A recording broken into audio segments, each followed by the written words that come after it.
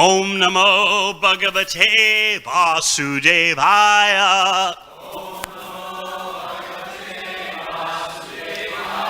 Om Namo Bhagavate Vasudevaya.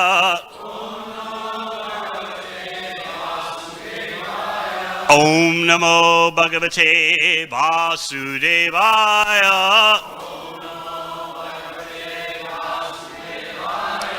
Srimad Bhagavatam, 3rd Canto, Chapter 14, Pregnancy of Diti in the Evening, texts 44, 45, and I believe we'll do 46. Kashyapa Vacha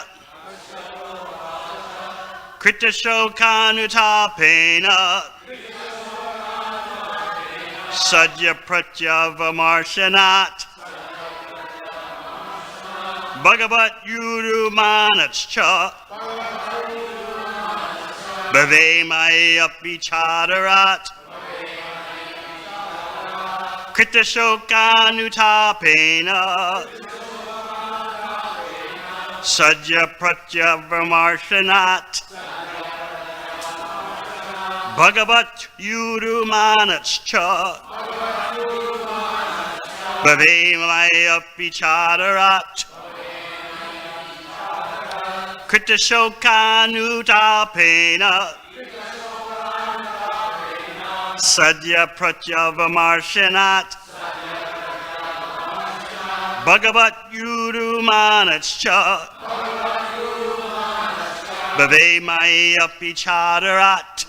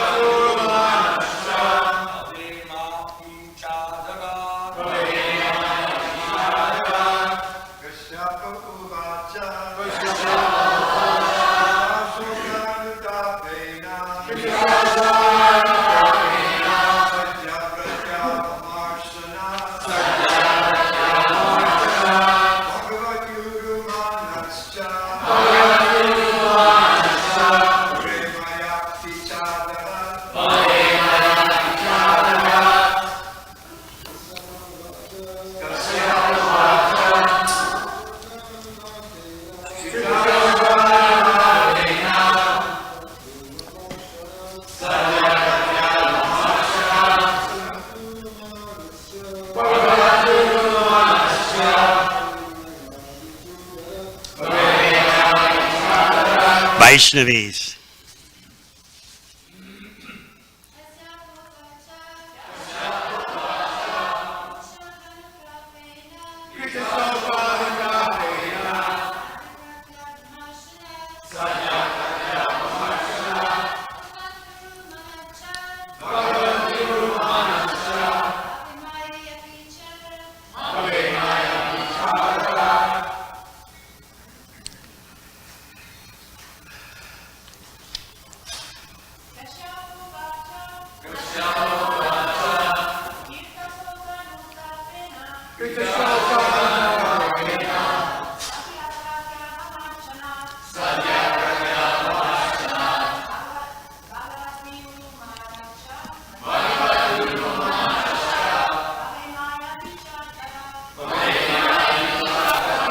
Kashyapa Uvacha.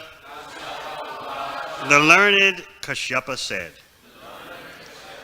Kritashoka, having lamented, Anutapena, by penitence, Sadhya, immediately, Pratyamarshana, by proper deliberation,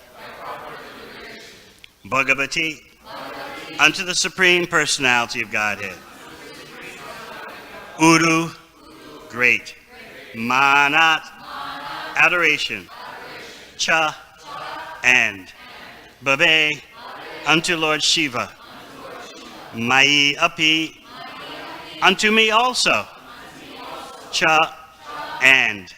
Adarat, by respect. Putrasya, of the son. Eva, certainly. Cha, and. Putranam, of the sons. Bhavita, shall be born. Eka, one. Satam, of the devotees. Mata, approved. Gasyanti, will broadcast. Yat, of whom. Yasa, recognition. Shuddham, transcendental. Bhagavat, of the personality of Godhead. Yashasa, with recognition. Samam, equally. Translation. The learned Kashyapa said, because of your lamentation, penitence, and proper deliberation, and also because of your unflinching faith in the Supreme Personality of Godhead, and your adoration for Lord Shiva and me, one of the sons, Prahlada, of your son, Hiranyakashipu, will be an approved devotee of the Lord, and his fame will be broadcast equally with that of the personality of Godhead. Text 46. In order to follow in his footsteps, saintly persons will try to emulate his character by practicing freedom from animosity, just as the purifying processes rectify gold of inferior quality. Purport. Yoga practice, the process of purifying one's existential identity, is based mainly on self-control. Without self-control, one cannot practice freedom from animosity. In the conditioned state, every living being is envious of another living being. But in the liberated state, there is an absence of animosity. Prahlada Maharaja was tortured by his father in so many ways. Yet after the death of his father, he prayed for his father's liberation by the Supreme Personality of Godhead. He did not ask any benediction that he might have asked, but he prayed that his atheistic father might be liberated. He never cursed any of the persons who engaged in torturing him at the instigation of his father. Om Jnana Timirandasya Jnana Anjana Shalakaya Chakshun Militang Yena Tasmai Shri Gurave Namaha. Jai Shri Krishna Chaitanya Prabhu Nityananda Shri Advaita Gadadhara Sivasadi Gaura Bhakta Vrinda. Hare Krishna, Krishna Krishna, Hare Hare, Hare Rama, Rama Rama, Hare Hare.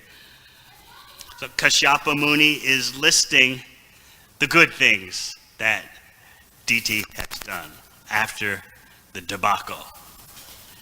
And we've already discussed how what this chapter is about may seem to be not so significant. The affairs governing conception and the interaction between Kashyapa and Diti. But you'll see that the fate of the world is hanging in the balance. And how does that relate to our contemporary scene today?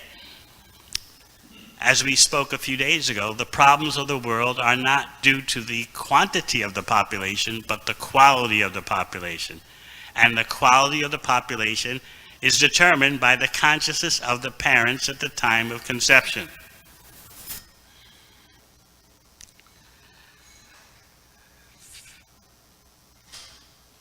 One of the grandsons of Diti, Prahlad, will be equally as famous as the Supreme Personality of Godhead.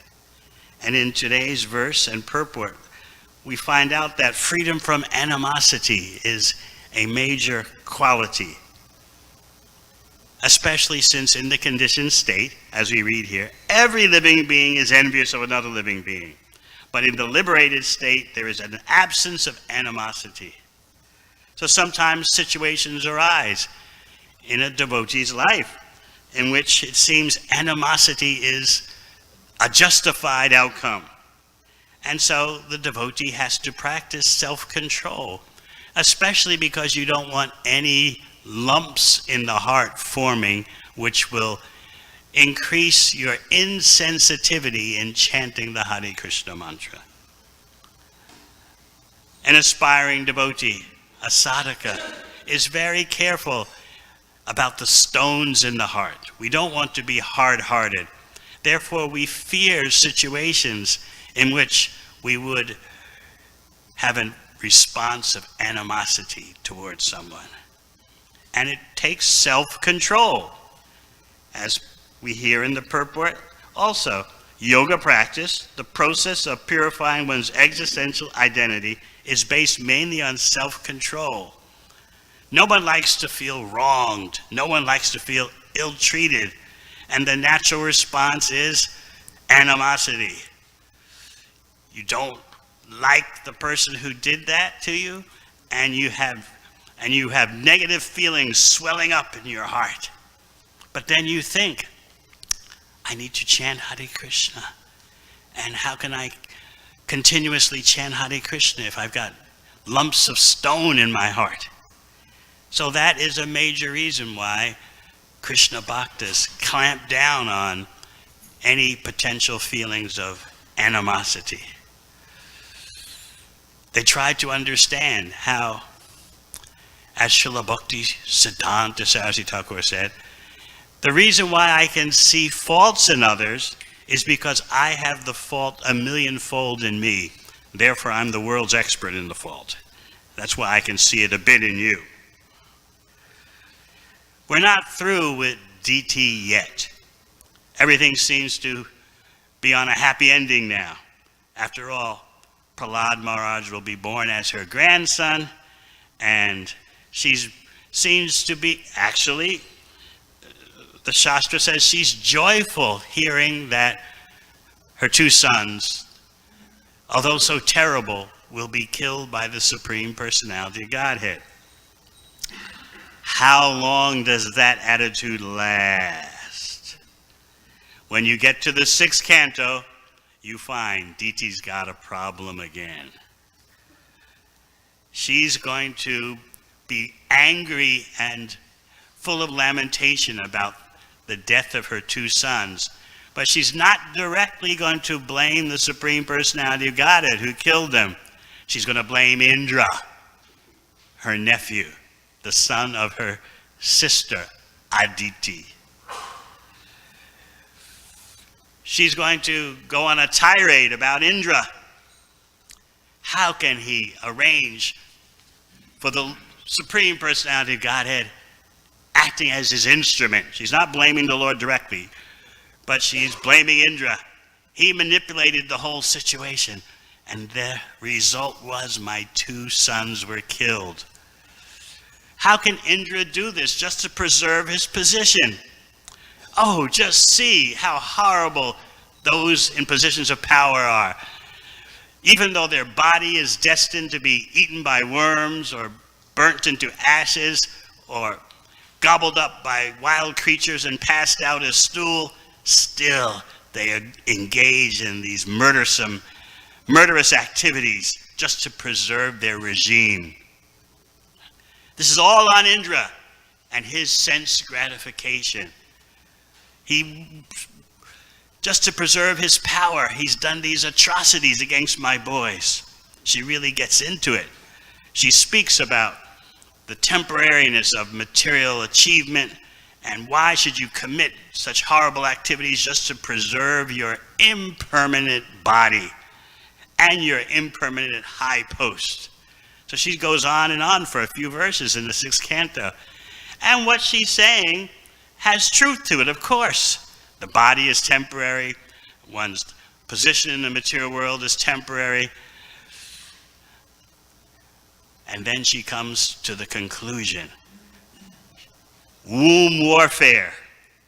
I'm going to have a son who can kill Indra. She's fighting back according to the weapons she has at hand. So, what does she do? She begins to butter up Kashyapa Muni. They're not through yet. She serves him so sweetly. She says so many nice words. She does everything in her power to make Kashyapa Muni's mind spin and come under her control. She's acting as the epitome of gentleness, submissiveness, sweetness, all for a particular purpose. Therefore, the Bhagavatam calls this artificial behavior.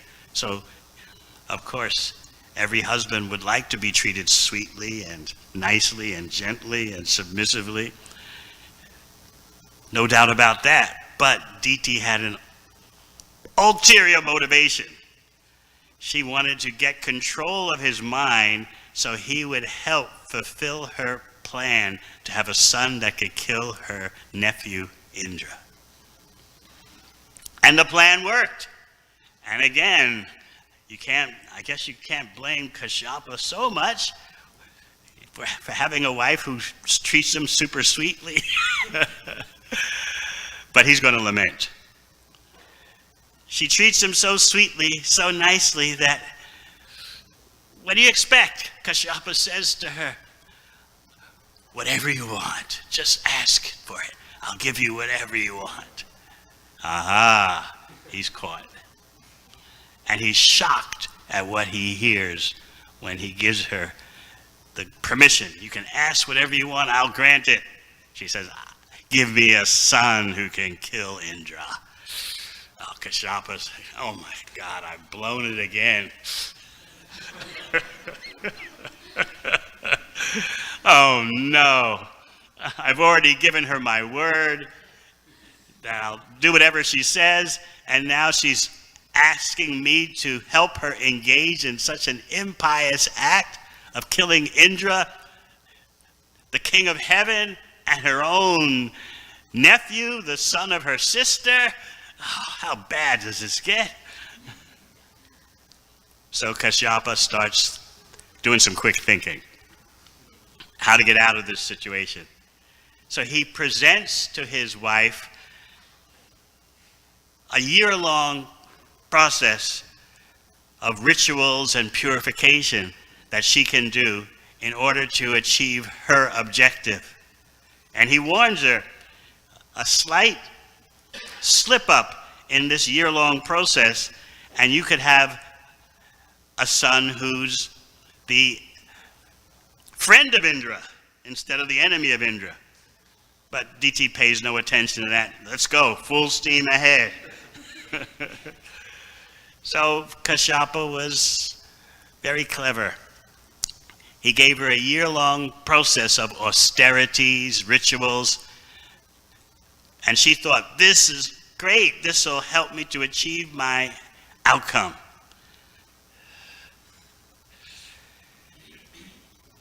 Indra got word of what she was doing.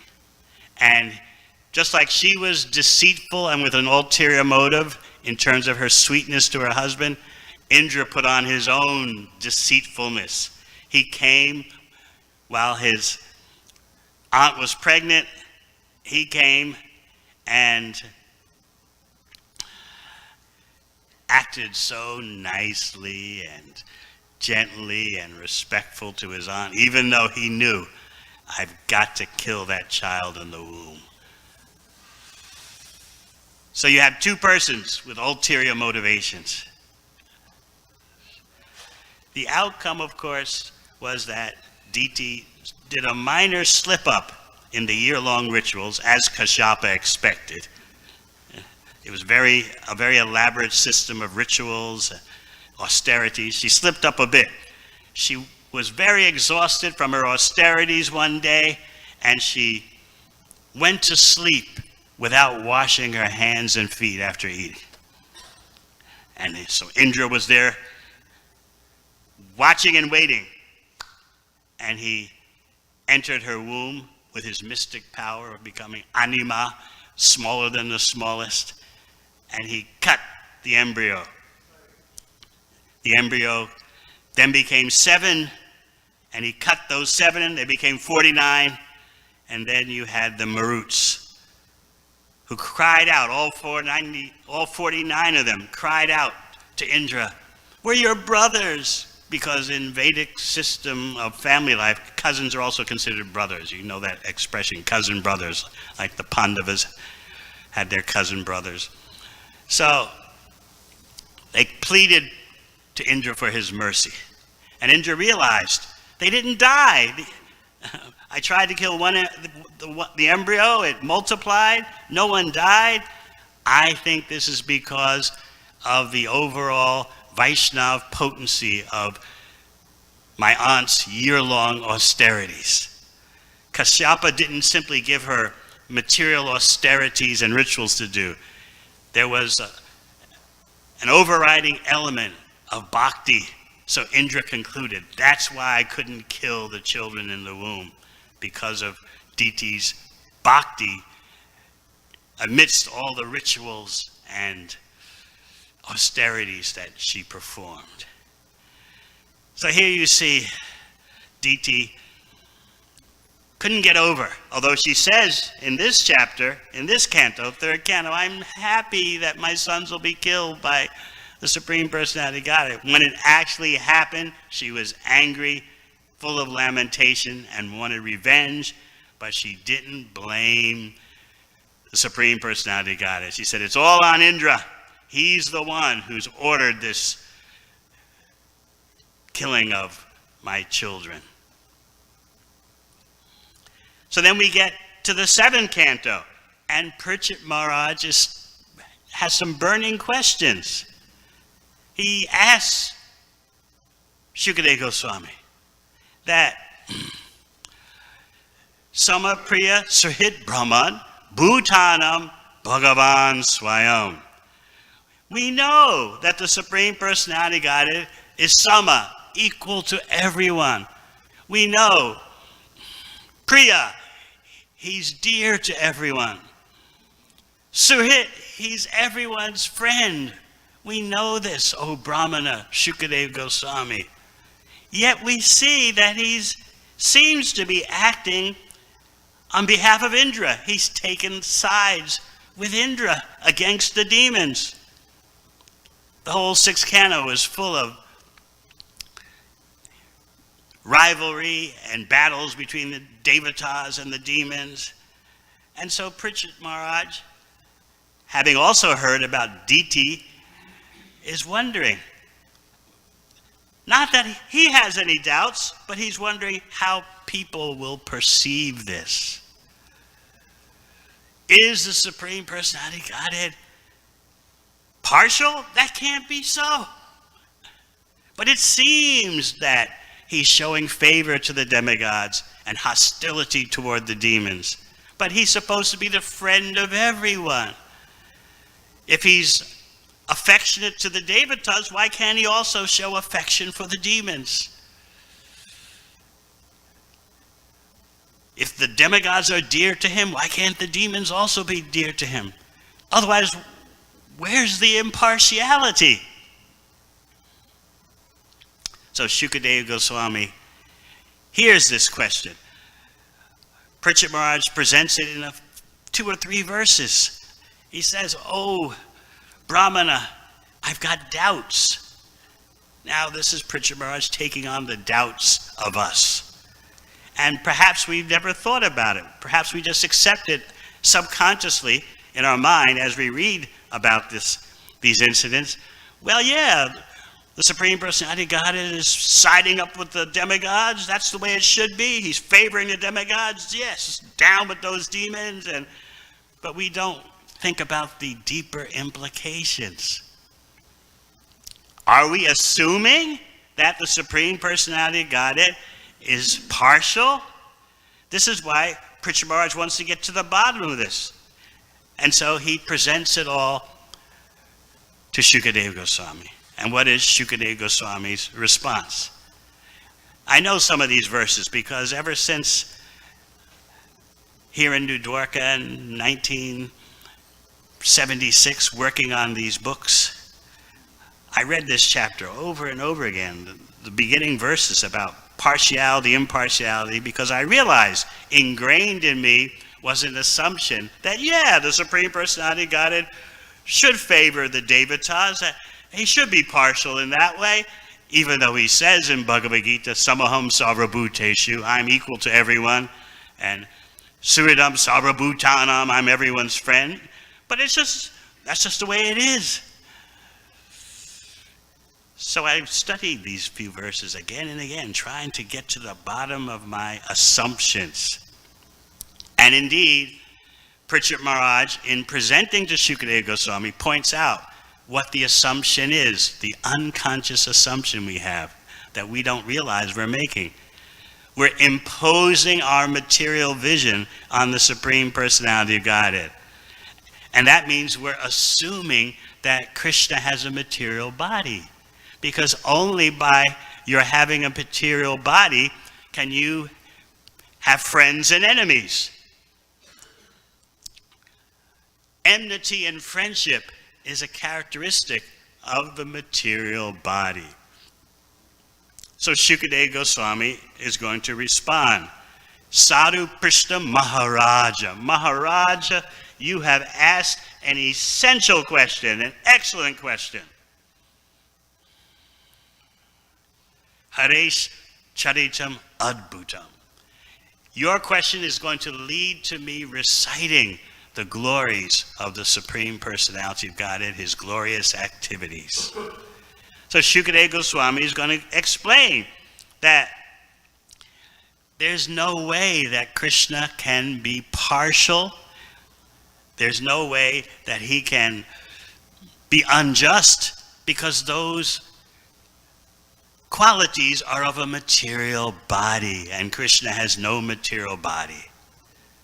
He has no need for friends. In the material sense, we're not talking about Sakyarasa and Vaikuntha. We're talking about the material conception of friendship, which means I need help from you. I need support from you. You're my friend. The Supreme Personality of Godhead has no needs like that. And he has no fear. Enemies are persons who are obstructing what you want to do. Or they're harassing you. But the Supreme Personality of Godhead has no fear. So how then, Shukadeva Goswami explains, how can the Supreme Personality of Godhead be caught up in enmity and friendship, friends and enemies, partiality? He's acting in his absolute way, and that absolute way benefits everyone. And this is why Diti was happy at first when she heard her sons are going to be killed by the Supreme Personality of Godhead. She knew that any way you come in contact personally with the Supreme Personality of Godhead, you benefit, even if he kills you. So this is a very deep subject matter that gets to the point of Abhajanati Mamudha, when Krishna says in Bhagavad Gita, fools think I have an ordinary body and I'm an ordinary person, even though I can seem to act as a human being in my Nara Leela, my human-like pastimes, but fools think my body is material. Thinking that the Lord is partial means thinking that he has a material body, because material partiality is all part of having, it's the expression of having a material body. Now, you say, well, doesn't Krishna say that if someone is dear to him, that's a special category? But that's a spiritual dispensation. It's not the outcome of having a material body. It's not due to impartiality or partiality in the material sense. Krishna is saying, I'm equal to everyone, but if you're going to treat me with affection, I'll respond with affection. But everyone has the opportunity to treat the Lord with affection. That's why he makes his offer, his blanket offer, so apparent in Bhagavad Gita. Patram pushpam palam toyam yome bhaktya priyashtati. You can offer me a leaf, a fruit, flower, or water. If it's with bhakti, I'll accept it.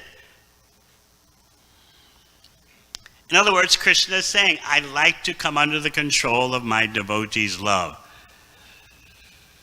In that way, I'm partial to the devotees because of their love. That's all part of being a person.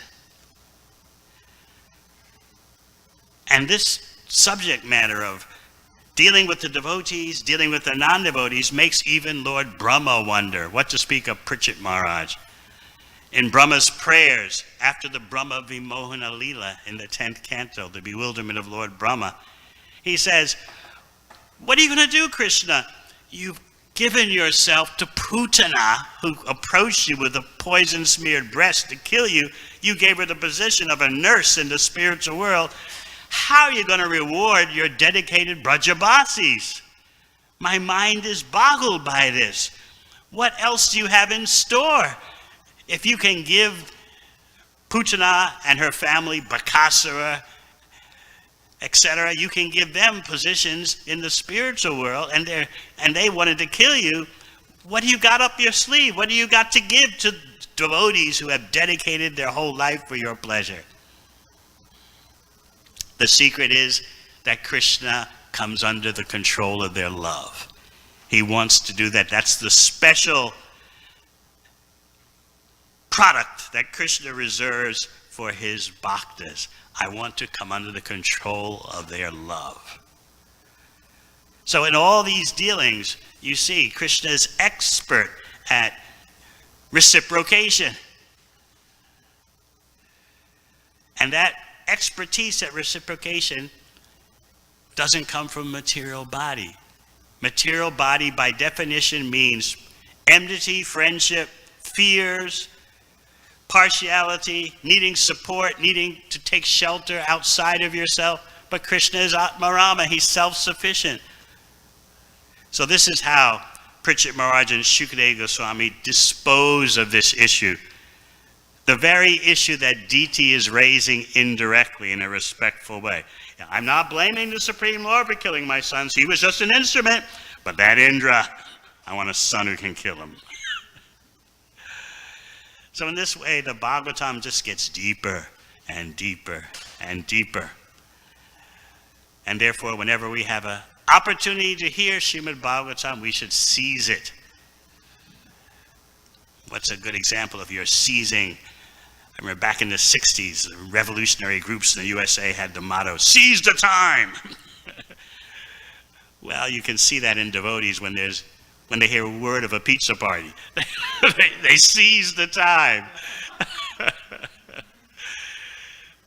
We seize the time for an opportunity to hear about Krishna's glories. And that's what Parikshit Maharaj is doing, and therefore Shukadeva Goswami is reciprocating. Sadhu Prishta Maharaja. Maharaj, you're spot on. Haresh Charitam Adbhutam. We're going to talk about the glorious activities of the Supreme Personality Godhead and clear up this whole cloud that conditioned souls impose on the Lord. This cloud of material partiality. We're going to clear that up and establish that the Supreme Personality Godhead has no material body, therefore he cannot have material friends and enemies, material partiality. Hare Krishna. Any questions?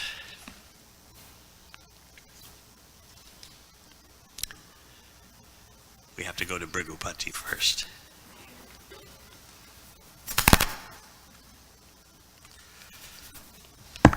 Thank you, Maharaj. I really appreciate your class, and I really appreciate how you deeply meditate on the Bhagavatam. And I never made that connection before between, Diti's behavior at this point when she's happy that her sons are going to be killed by the Supreme Lord. By the Supreme Lord, and then later on she flip-flops and she's kind of going after Indra.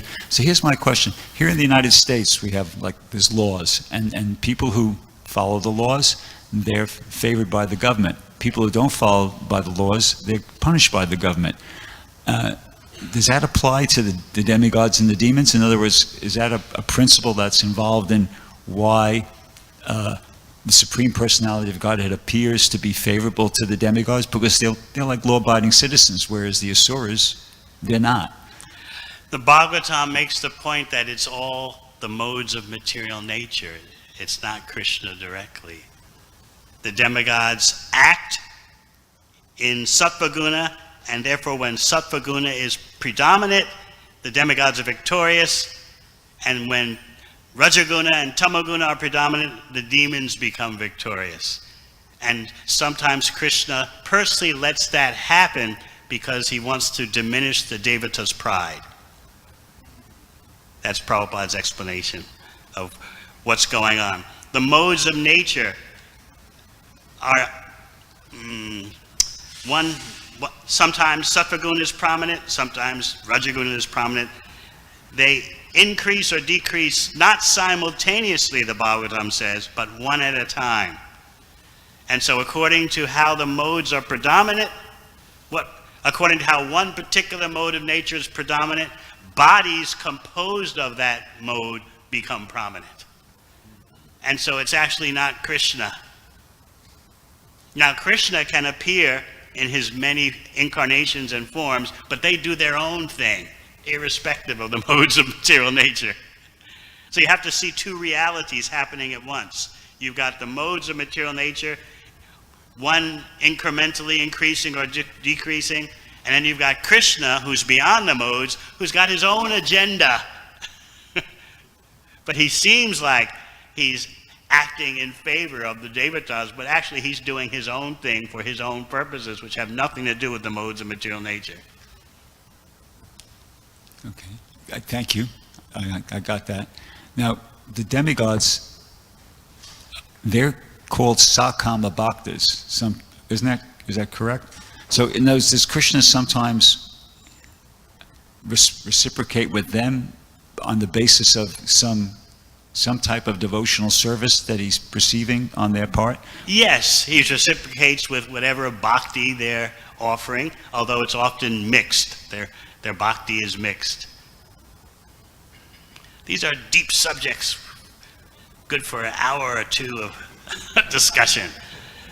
So I thank you all for your kind association. Hare Krishna.